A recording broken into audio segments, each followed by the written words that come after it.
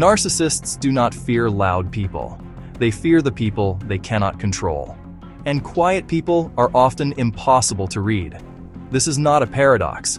It is a fundamental law of psychological power. In the intricate dance of human interaction, the narcissist is a predator who thrives on predictability. They study patterns. They map out emotional responses. They build their entire world on the foundation of knowing how you will react. A loud, explosive argument is a gift to them. It provides data. It gives them energy. It confirms their influence over your emotional state.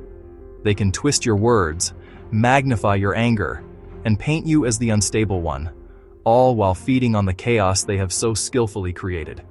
But silence. Silence is a void. It is a mirror that reflects nothing back. To the narcissist, who requires constant external validation, this silence is not peaceful. It is deafening. It is a barren landscape where their seeds of manipulation cannot grow. They throw their barbs. They throw their provocations. They throw their carefully crafted insults, expecting a harvest of tears, rage, or frantic defense. Instead, they receive a calm, steady gaze. They encounter a person who simply watches, listens, and processes internally.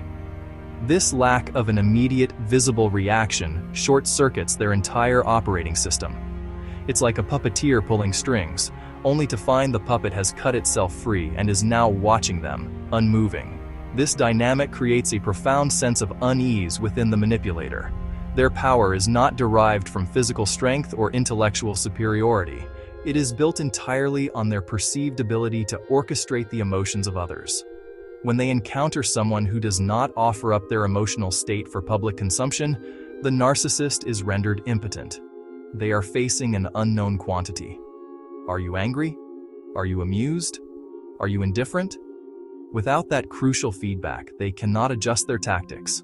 They cannot escalate effectively, nor can they retreat with their ego intact. The quiet person becomes an enigma, a puzzle they cannot solve.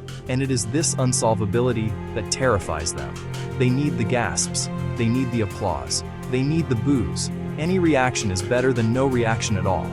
The silent individual, however, refuses to be a part of the cast. They remain in the audience, an impassive critic whose thoughts are their own. This quiet refusal to participate in the drama is not a passive act. It is an active, powerful form of resistance. It communicates a message far more intimidating than any shout. You do not have access to me. You do not control this space. Your power ends where my silence begins. To understand why the narcissist fears the quiet, we must first dissect the nature of their need for control. Their entire psychological structure is fragile, built upon a carefully constructed facade of superiority and confidence. Yet, beneath this polished veneer lies a deep-seated insecurity, a gnawing emptiness that they desperately try to fill with external validation.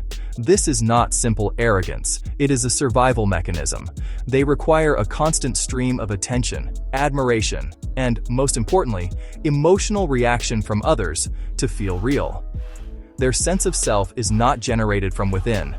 It is mirrored back at them through the eyes of those they influence. They are, in essence, addicts, and their drug is your response. They do not engage in conversations. They stage performances. They do not build relationships. They acquire assets. Every person in their life is assigned a role, one that serves the central narrative of the narcissist's own greatness. The manipulator's toolkit is vast and insidious. Gaslighting, to make you question your own sanity.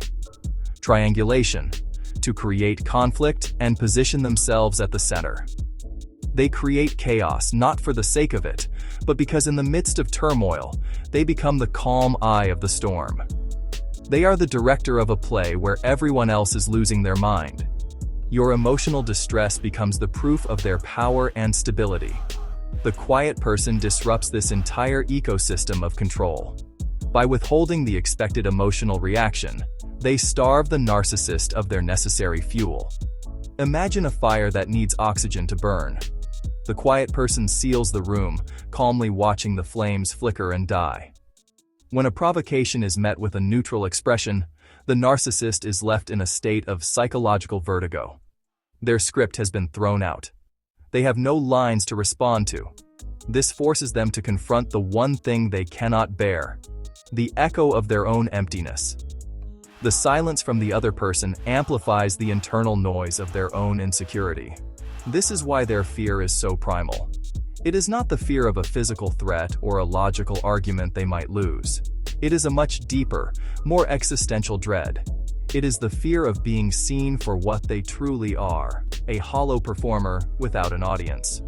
The quiet observer, with their controlled reactions and observant eyes, threatens to pull back the curtain and reveal the fragile, insecure mechanism operating the grand spectacle. And this possibility is the narcissist's greatest nightmare. The power of the quiet individual lies not in what they do, but in what they don't do.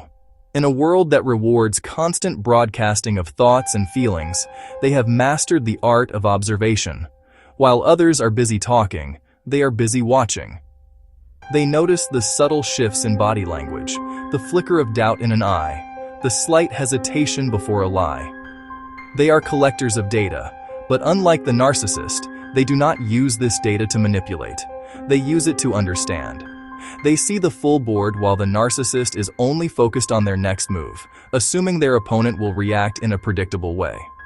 This observational skill is paired with a crucial trait: emotional restraint. The quiet person often feels emotions just as intensely as anyone else. The difference is where those emotions are processed.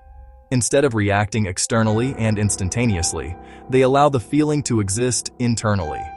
They give it space, analyze it, choose their response deliberately, if they choose to respond at all. The narcissist sends out a spark, hoping to start a forest fire. But the quiet person's emotional control acts as a firebreak. The spark lands, sizzles for a moment, and goes out without ever igniting a blaze. This combination of observation and restraint makes them psychologically unpredictable. The narcissist operates on a simple input-output model. They expect insult to produce anger, flattery to produce gratitude, and pressure to produce submission. The quiet person breaks this model completely. They might meet an insult with a simple, unwavering stare. They might respond to flattery with a quiet, non-committal thank you. They might absorb immense pressure and show no outward signs of distress. This unpredictability creates a deep and unsettling uncertainty for the manipulator. They are flying blind, unable to gauge the effect of their actions or plan their next attack. Ultimately, this turns the power dynamic on its head. The narcissist, who craves the position of the all-knowing puppet master, is suddenly faced with a character they cannot read or direct.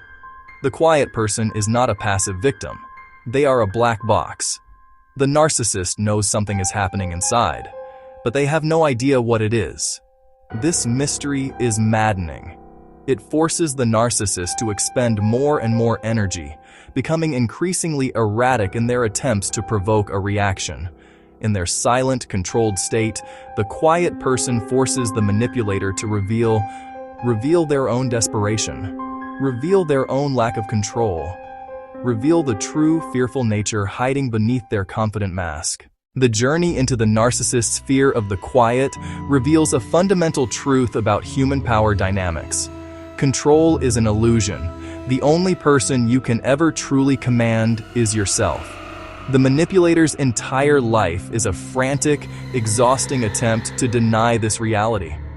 They build their kingdom on the shifting sands of your emotional reactions, and as such, their throne is always one moment away from collapse.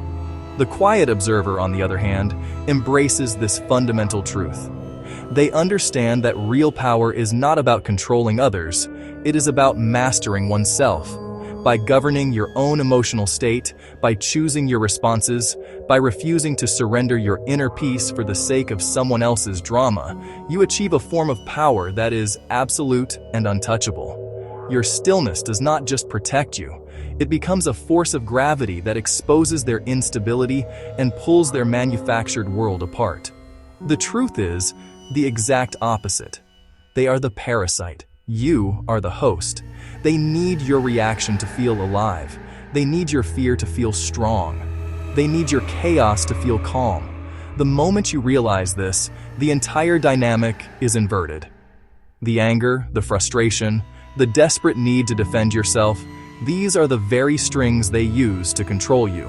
But when you learn to hold your emotions, to observe them without acting on them, you begin to cut those strings, one by one. You take back your power, not with a shout, but with a quiet breath. The less people can control your emotions, the less power they have over you.